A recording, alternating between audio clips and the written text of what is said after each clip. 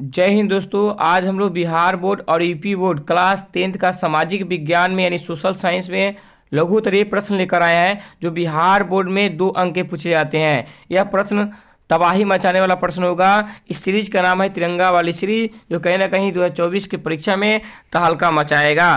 पहला क्वेश्चन जानेंगे, मेजनी कौन था। यह प्रश्न बोर्ड के द्वारा कई बार पूछे गए हैं। आप लोग पूरे वीडियो तक बने रहिएगा, अच्छा से इस प्रश्न को बताया जाएगा।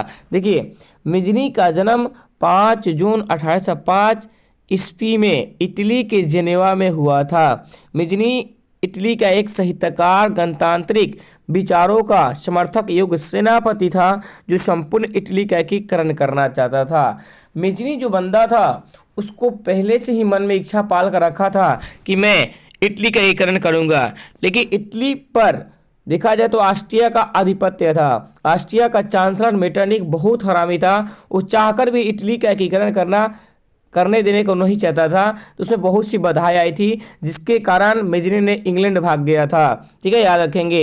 क्वेश्चन नंबर दूसरा है, सवारा वर्ग क्या है। सवारा वर्ग रूसी समाज का एक वैसा वर्ग है जिसमें आम, गरीब, मजदूर, श्रमिक लोग शामिल, उसे सवारा वर्ग कहते हैं, याद रखिएगा। क्वेश्चन नंबर तीसरा है, स्लम-पत्ती की शुरुआत कैसे हुई। तो औद्योगिकरण ने ही स्लम-पत्ती का जन्म दिया। इसमें मजदूरों को शहर के छोटे छोटे घरों में रखा जाता था। उन्हें किसी भी तरह की सुविधा उपलब्ध नहीं थी। इन घरों में हवा, पानी तथा रोशनी तथा साफ सफाई की व्यवस्था भी नहीं थी, जिसके कारण पूंजीपतियों के खिलाफ वर्ग संघर्ष की शुरुआत की। इसी कारण स्लम-पत्ती का शुरुआत हुई। ठीक है, याद रखेंगे। जब औद्योगिकरण अपना रूप दिखाया था तो बहुत से लोग गांव से जाकर शहर में बसने लगे, और शहर में बसने लगे तो वहां पे रहने की कोई सुविधा नहीं थी, न शौच की व्यवस्था, न खाने की व्यवस्था, न सोने की व्यवस्था, न पंखा की व्यवस्था। इस प्रकार से उन लोगों की स्थिति और खराब होती जा रही थी, और वही स्थिति इन लोगों का स्लम-पत्ती की शुरुआत ले ली या उत्पन्न कर दी। क्वेश्चन नंबर 4 है, एक तरफा अनुबंध व्यवस्था क्या थी। आप लोग कभी कभी कुछ लड़का और लड़की एक तरफा प्यार करते हैं भैया।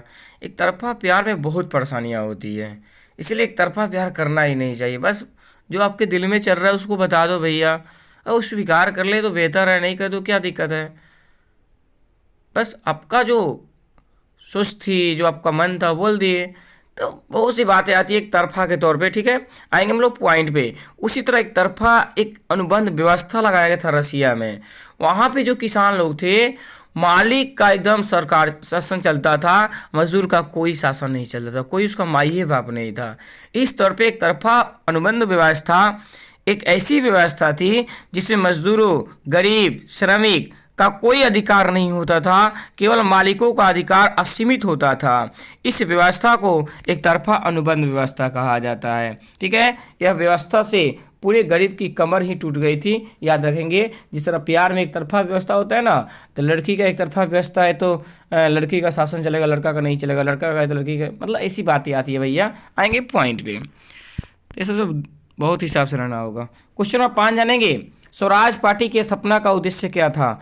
कल ही बिहार बोर्ड क्लास 12th के हिस्ट्री में एक प्रश्न पूछा गया था लघु उत्तरीय में कि स्वराज पार्टी का स्थापना कब और कहाँ हुआ था। इस तौर पर मुझे लग रहा है कि बिहार बोर्ड क्लास 10th में भी देखा जाए तो ये प्रश्न आएंगे, क्योंकि क्लास 12th के इतिहास में प्रश्न पूछ दिए गए हैं कल ही यानी कई तारीख को, तो देखा जाए तो कल ही 7 तारीख को पूछा गया है पेपर में, सेकेंड सिटिंग में, याद रखिएगा। एक क्वेश्चन बिहार बोर्ड में आना हमको लग रहा है कि तय है क्लास 10th में। जानेंगे स्वराज पार्टी की स्थापना का उद्देश्य क्या था। असहयोग आंदोलन के एकांक में निराशा एवं क्षोभ के कारण 1927 में स्वराज पार्टी की स्थापना हुई, जिसमें चित्तरंजन दास एवं मोतीलाल नेहरू ने स्वराज पार्टी की स्थापना किया था। इसका उद्देश्य था कि इस पार्टी का उद्देश्य भारत में अंग्रेजों द्वारा चलाए गए शासन को अंत चाहते थे एवं भारत सरकार अधिनियम 1919 में सुधार एवं अंत चाहते थे। इस पार्टी का उद्देश्य यही था। ठीक है, याद रखेंगे। अब सुनेंगे हमसे, इसको समझेंगे। स्वराज पार्टी की स्थापना का उद्देश्य क्या था। देखिए, स्वराज पार्टी की स्थापना 1 जनवरी 1927 में इलाहाबाद में चित्तरंजन दास और मोतीलाल नेहरू के द्वारा किया गया था।